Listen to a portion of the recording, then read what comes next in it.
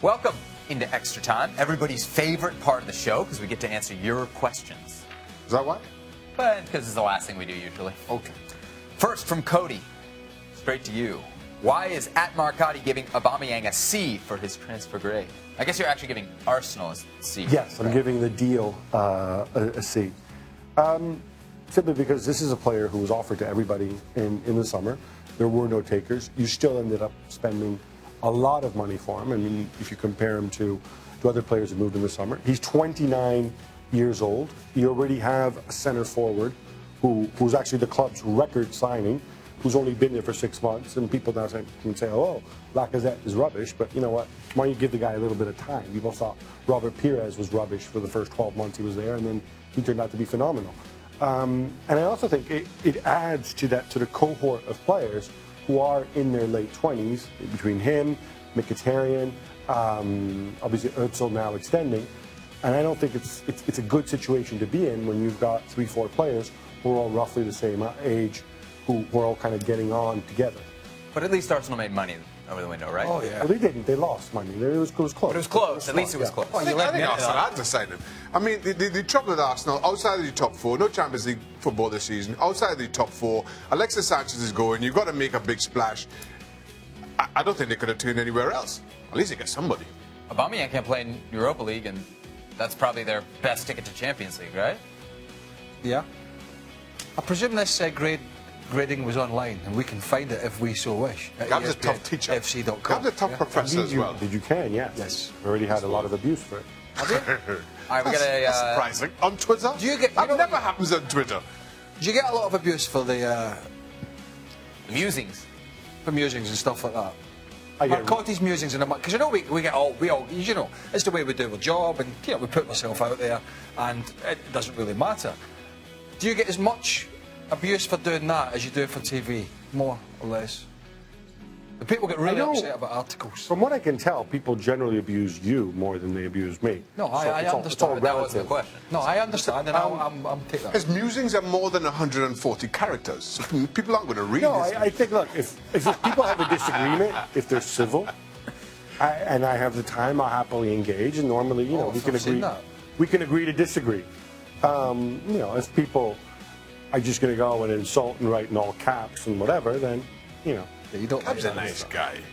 I want to be just like Gab when I grow up. I don't know why I get as much grief. Yeah, I don't either. I know why. Strange. Honesty is always the best policy. Next question coming from a comedian, apparently. Hey, Shaka and Craig, can you please tell me why Alexis Sanchez didn't play? Is he at home counting his money? Ooh. As an Arsenal fan, United were poor. Alexis Sanchez was poor, and that's all you can say about that. And despite it all, United are still sitting in second. Arsenal would have him back. No, they would. But you know, he would. If Arsenal fans would have Alexis Sanchez in the team, obviously there's a tongue-in-cheek from that particular person. Let me ask you this: fine, it's AFC, what the fans? Right? So obviously Alexis Sanchez was an Arsenal player. They couldn't reach a deal on his contract, he's similar age to Aubameyang, right? If you were Arsenal, would you have been better off keeping Alexis Sanchez and not getting Aubameyang? Because I think in the end, the numbers, it's going to cost you roughly the same. I know, but I think I think he was becoming more of an issue at the club. Whereas Aubameyang's never had issues with his club. No, but he might. Do you know what I mean? Yeah, this is the odd thing. Like, you know, in the end, we talk about winners and losers. I don't know. Transfer deadline day question here. Why did Chelsea wait until deadline day to make deals happen instead of getting deals done earlier? Well, I think you'll find that Ross Barkley was done early. That was good. He's been good for them so far. This or did it get done late because they didn't get it done the summer before? You could look at it that way too. No, I think very late. I think actually Chelsea were in a pretty strong position in this one, right? So they had Batshuayi, who Conte doesn't like but can probably live with, and the only way they were going to get, because you needed Batshuayi to get the Aubameyang deal done, because Dortmund didn't want Giroud, they said, all right, well let's wait until the end, and we'll get Giroud at a price that we're very comfortable with. So I think from their perspective, it worked out fine. This is What are way you too writing on there? I was just writing down the Chelsea ins. Giroud, Barkley, and Oh, this is Pierre. way too serious for me now. I was just going to ask if you... Oh, no, stop. Ask me about Jack Harrison, because I didn't answer that Emerson question. Aubameyang, by the way, Yeah. he obviously hasn't played for 6 months, or he's played very little in the past 6 months. But last season, I thought he was phenomenal as an attacking fullback, and that could be one of those transfers that goes under the radar, but actually turns out to be We just go. really, really good from Chelsea's Want to go? perspective. Let's go. Well, Craig's ready to get out of here. No, I'm not. I was just, I'm fine. People get, if we don't answer the questions, some people get upset. They don't quite see the light side of. Would you like to weigh in on Jack Harrison? No.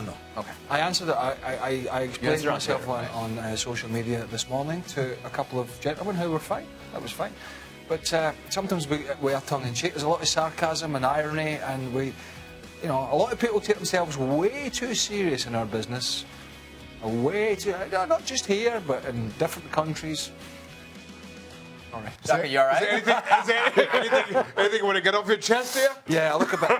This stripes make me look a bit fat. The pocket square. The pocket square is making you look fat. That bloody pocket space make me look fat. Get off of here. That's what it is. All right, that's the end of Extra Time. We'll see you for tomorrow's show. Yeah. I'll come in for extra time if you want. I'm off tomorrow. I'll come in. It's all right. But there's It's no okay. Europa It's League. all right. You're good. It's a threat, not a promise. Yeah, you're good. Barcelona, semifinals of the Copa del Rey. All right. Wrap it up, man, There's for plenty God's more sake. reaction to all the transfers. There he goes. I get my pocket square.